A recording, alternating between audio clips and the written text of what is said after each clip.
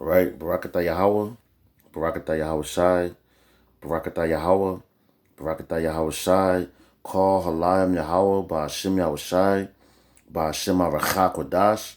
Double honors to the apostles and elders at Great Millstone and taught us his truth. Honors and salutations to the elect and to the men that died doing the work of Yahweh Ba'ashim Yahweh Shai, because they celebrate first. To the men, women, and children that believe on the true name of the Father and the Son, which the Father's name is Yahweh, he exists. The Son's name is Yahweh Shai, he is the deliverer. All right? My name is Maka Allah Bun Gad Bun Yasharala. You know, with the Church of Philadelphia camp here in Philadelphia, Pennsylvania, coming back at you.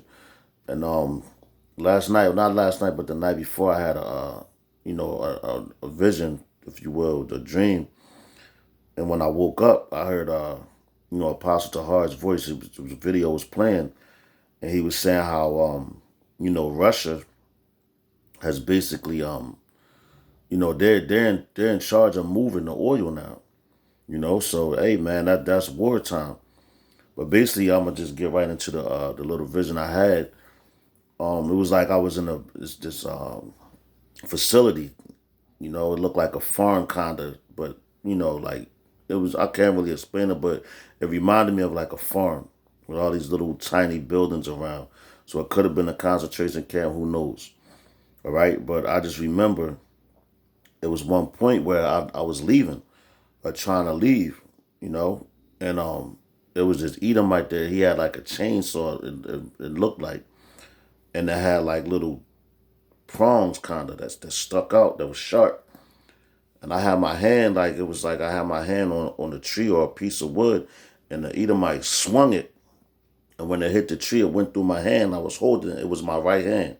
So I'm holding it, and I'm trying like to push my hand up to push it up, and it's like, and then I tried to, it was like I was struggling with it basically. And like I just remember looking into this Edomite's eyes, and I just kept focusing on the eyes of this Edomite. Like, yo, you're not gonna break me, man. And the spirit took over, and I remember looking at my hand and just seeing the blood rushing down my hand.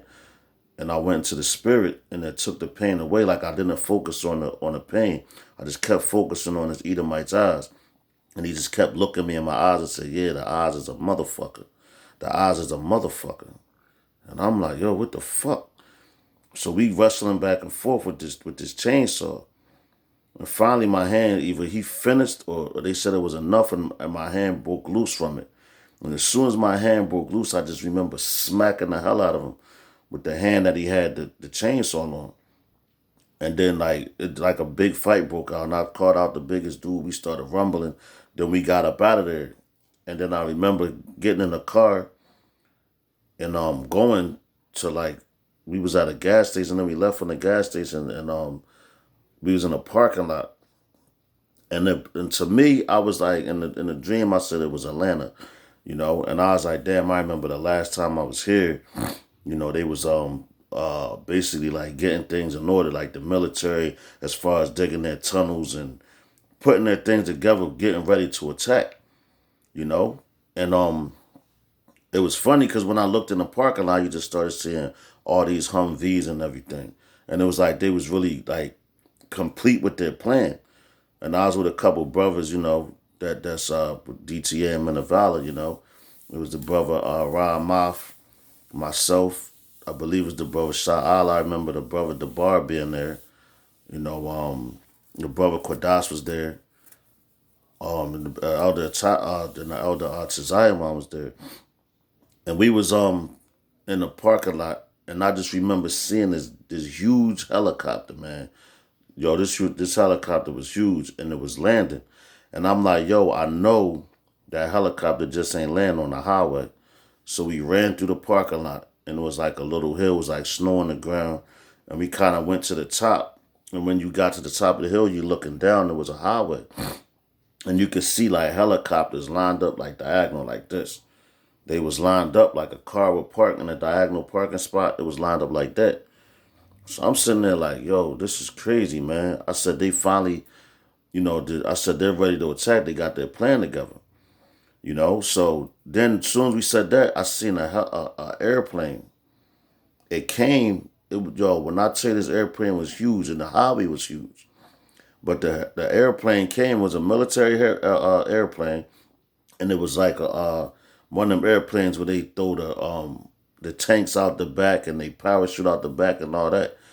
It was one of those, and it was green, you know. And I remember just landing on the highway, and we was like, "Yo, that's crazy," right? And then on the other side, it was an airplane taking off, you know. So they pretty much had the highway on lock. So we ended up crossing the highway, going up on the other side, on top of another like a hill, and you could still see but the helicopters were so big. When we were standing on top of the hill, our heads was basically next to the propellers, man, of the helicopter. And I just remember the one brother, you could see the military running, hopping in there, and like the one dude, he turned the helicopter on. The brother's head was next to it. I'm like, yo, the bar, move. Your head is next to the propellers, man. They gonna chop your head off. And he just got out the way just in time.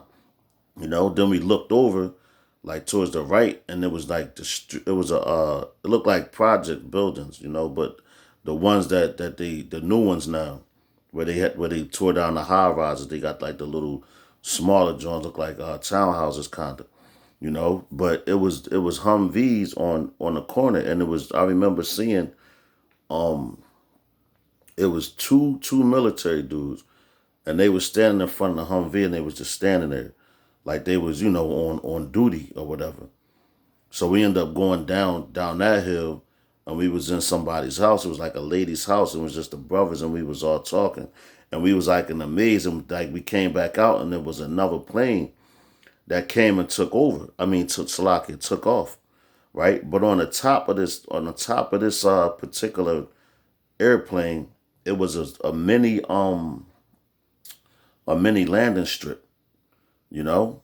And I'm like, damn, they really ready to strike. They got their plan in order and everything.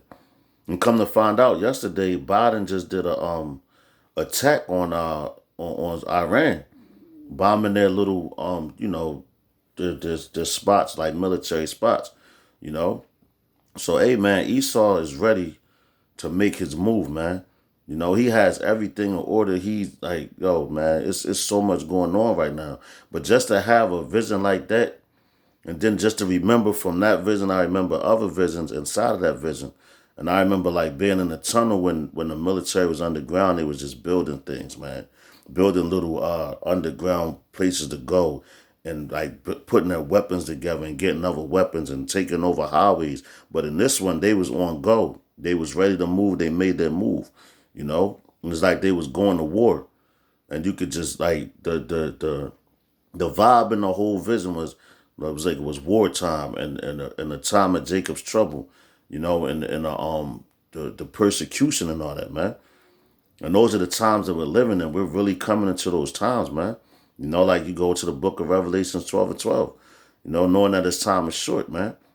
You know, he's going to come down on us with great wrath. And that's the time that we're living in right now, man. Yahweh Shem Shah is about to attack, you know, and he is ready to make his move because he knows through the prophecies and everything's being fulfilled. He knows what's going on, you know, because they search out these scriptures, the elite, they really search through these scriptures, man. And they're watching us, you know, to see, you know, what we're saying about the times that we're living in, you know. So just be mindful, you know. I don't want this video to be too long. It's just something real quick that was, you know, that I wanted to share with Yasharala, man. And the time is real short, man. And I'm seeing a lot of brothers do videos on the times that we're living in. But there's going to come a point in time before the Lord strikes. You know, he said he's going to be like a thief in the night. So while everything is going on right now, people are aware of these things. So it's going to have to come to a point where some type of people going to think it's going back to normal, and they're going to get comfortable and relaxed. And that's when the Lord is going to come back and strike and tear this place up, man. But he is ready to do it. He is ready to make his move. He's making it, you know. So just, hey, man, stay strong, stay in the faith, man. You know, and what you learn, hold fast unto that, man. Don't let it go, man. All right? Fast, you know, pray to Yahweh Shem Yahushua by Shem Chakodash, and do whatever you have to do to draw nearer to him, you know? Because we coming into the Passover time where, you know, a lot of things, that's the time when Yahweh Shah got betrayed. That's the time where we got delivered from out of Egypt, man. So this is a very, very, very heavy, heavy time. And you have to get all that leaven out of you, man. Not just your household, out of yourself as well, man. So this is a very, very serious time that we're living in, man.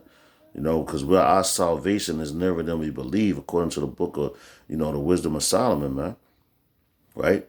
With that, man, I hope that this vision was edifying, man. Just stay strong, man, Yasharala, because, the time is here, man. The time is now, when there's not too much longer, because our salvation is nearer than we believe, man.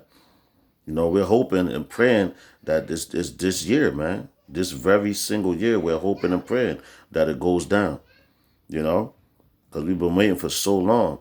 And just like in the time of Noah, it was 120 years Noah was out there prophesying. And that's how you know that the Lord is shortening things, because now we're in a time where the apostles been out there, 30 some years? So the Lord really shortened things down, because 30 plus years is not really that long if you really think about it. Because what's an hour is about 40 years, 42 years. So they've been out there less than an hour in the Lord's eyes. All right? So with that, I'm going to say shalom to the next time. Shalom.